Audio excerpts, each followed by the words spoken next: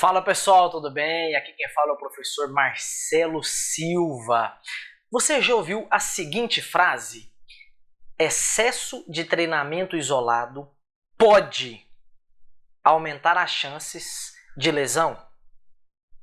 Se alguém falar isso para você, excesso de exercício isolado pode aumentar o risco de lesão, o que isso significa?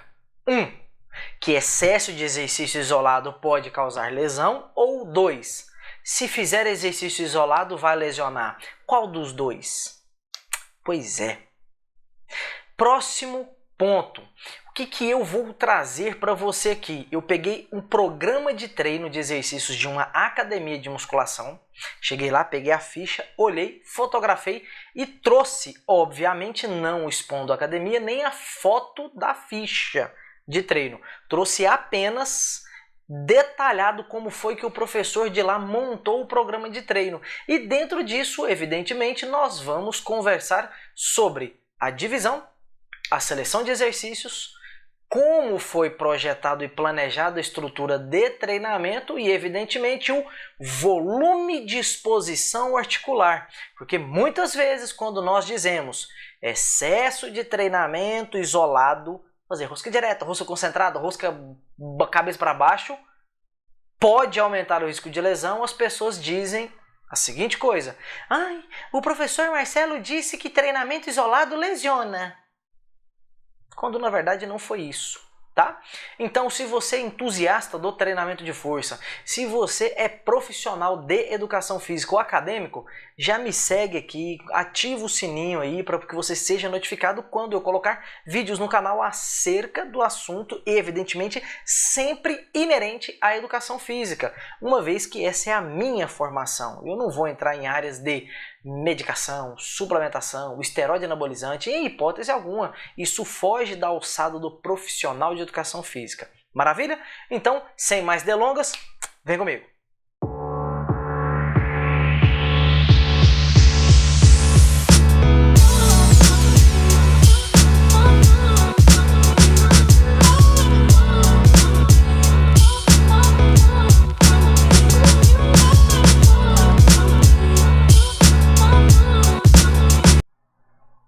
Olha aqui, esse programa de treino foi pego em uma academia, como eu falei anteriormente.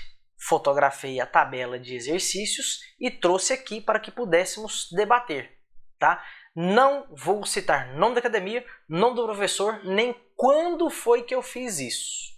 Apenas trouxe aqui.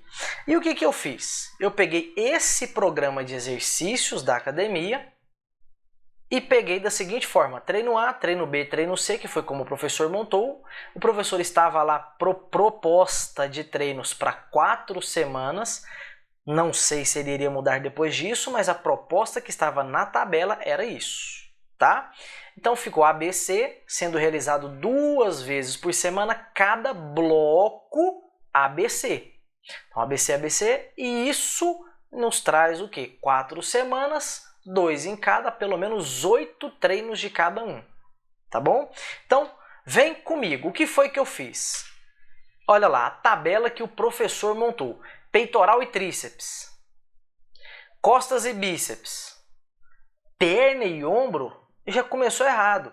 Não é perna e ombro, perna é do joelho ao tornozelo. Aí você vai falar assim: professor, mas você é muito chato e criterioso. Eu defendo a minha profissão, estudei anatomia, assim como todos os acadêmicos que já passaram do primeiro período e os indivíduos que são profissionais de educação física já estudaram o suficiente para saber que não é perna, membro inferior, tá? Ou se não for treinar panturrilha no dia, for fazer só agachamento, stiff, o zetelo que você quiser colocar, não sendo panturrilha, é coxas e glúteos, tá bom? Esquece essa história também de isolar coxa de glúteo, tá? Esquece. Fake news. Puro, ó. Carimbão fake news. Mas dando continuidade. Então já tá errado aí.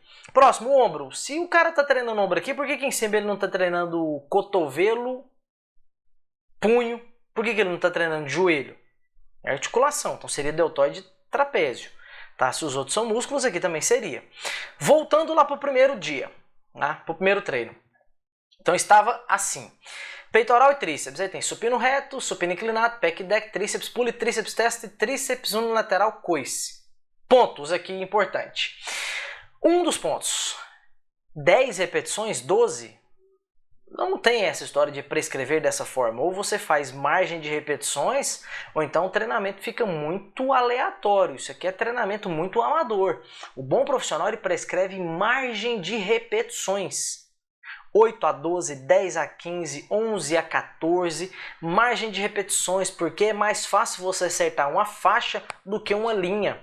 Se você pede para o aluno fazer de 8 a 12, ele consegue fazer 12, depois 10, depois 9, maravilha! Ele está dentro das 8 a 12 e você não precisa modular a quantidade de peso. Agora, se o aluno fez 13 repetições na primeira, significa que na próxima sessão, primeira série, você vai aumentar a quantidade de peso.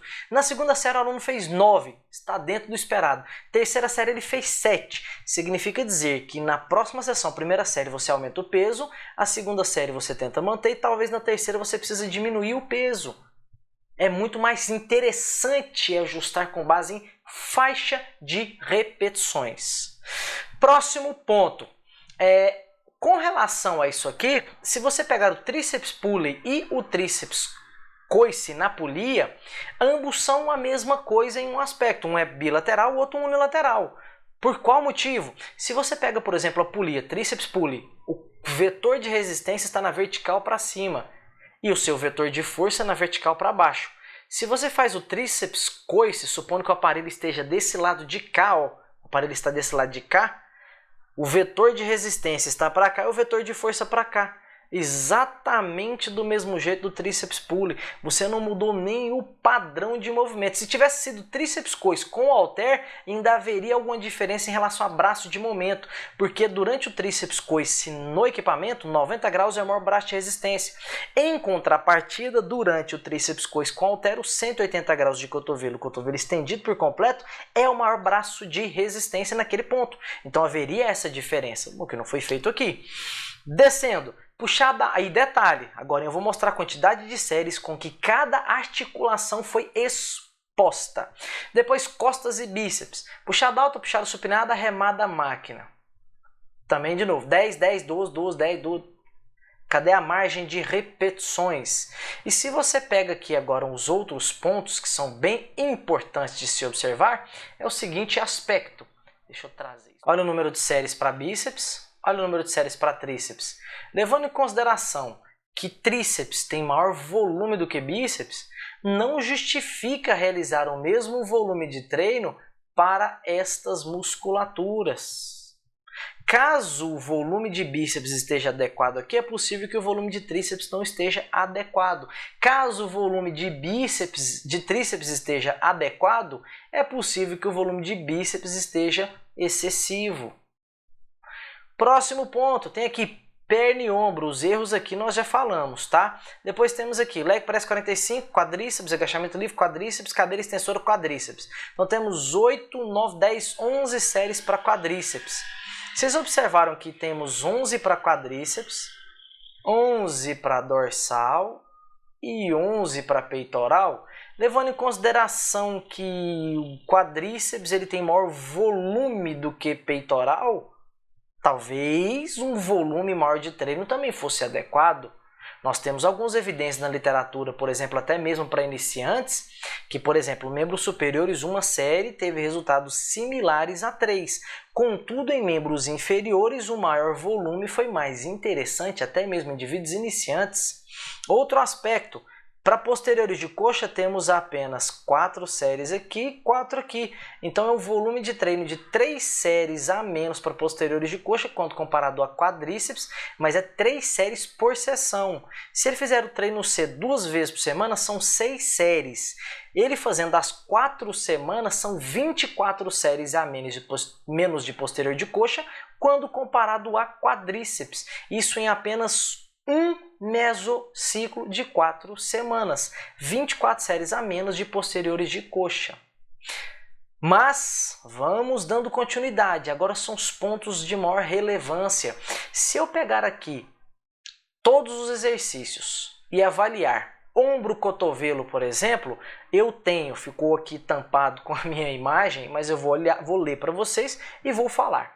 Ficou 11 séries para ombro, tá? 11 séries para ombro nesse primeiro treino e 18 séries para cotovelo. No segundo treino, ficaram 11 para ombro e 21 para cotovelo. No terceiro treino, 10 para ombro, 7 para cotovelo, 14 para joelho, 12 para quadril e 12 para tornozelo. E temos mais um ponto aqui agora para ser levado em consideração. Veja só. Você reparou que durante os exercícios de supino, por exemplo, você tem em pec deck, é adução horizontal. Deltoide anterior, ele é um potente adutor horizontal. Então você treina deltoide anterior aqui, treina deltoide anterior bastante aqui também. Quando você sai do treino C, você já vai repetir o treino A. Então é possível ainda que a fadiga relacionada ao treino C prejudique nos resultados do treino A, principalmente no tocante a supino e pec deck.